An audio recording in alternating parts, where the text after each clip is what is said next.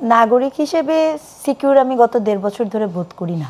এমনকি ৫ই অগাস্টে যখন আমরা রাস্তায়ও ৫ই অগাস্টের আগে জুলাই ধরেন আমার মনে আছে ১৭ই জুলাই কারফিউর মধ্যে যেহেতু আমাদের শিক্ষার্থীতে তখন হয় হামলা করা আবু সাইদকে যখন মারা যান তারপর এবং রিয়া গোপ এরকম ছোট ছোট শিশুরা যখনই হয় তখন আমরা কারফিউ ভেঙে কিন্তু রাস্তায় নেমেছিলাম।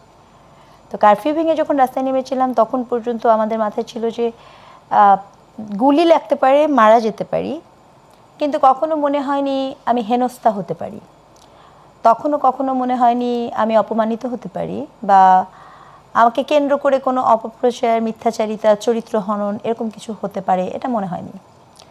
কিন্তু গত ১.৫ বছর ধরে যখন যে সময় রাস্তা দিয়ে যাওয়া আসা করেছি প্রতি মুহূর্তে, প্রতি সময়, প্রতি ক্ষণে মনে হয়েছে যে যে কোনো কিছু হতে পারে। কারা এগুলো, কাদের ভয় পাচ্ছেন? এখানে ভয় পাওয়ার কিছু নাই।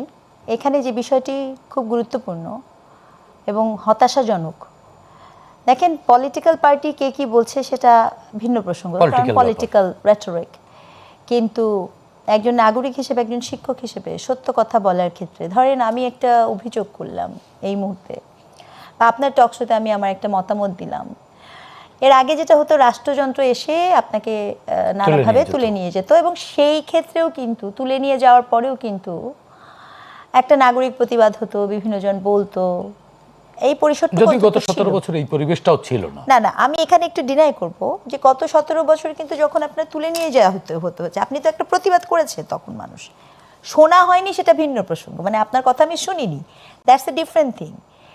আর আপনি কথা বলেছেন সেটা একটা, মানে আপনাকে তুলে নিয়ে যাচ্ছে একটা অপরাধ, এটা তো ব্যাপার।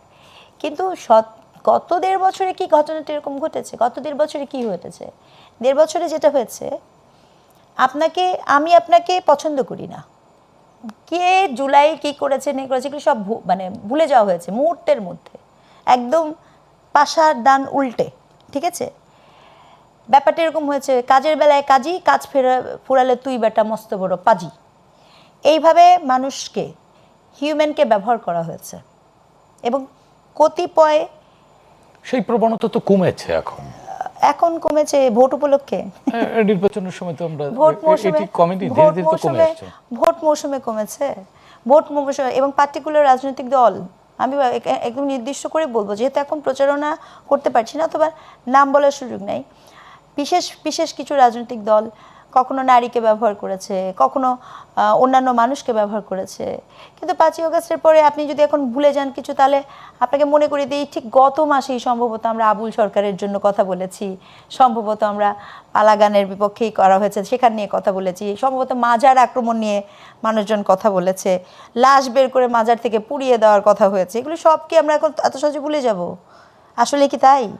এটাকে ভুলে যাওয়ার জন্য জবাব দেওয়ার জন্য তো ব্যালট আছে। এই জন্যই বলছি এগুলো জবাব দেওয়ার জন্য একমাত্র আমাদের হাতে ব্যালট আছে, আর কিচ্ছু নাই। কিন্তু বাস্তবতা কিন্তু এখন এখানে।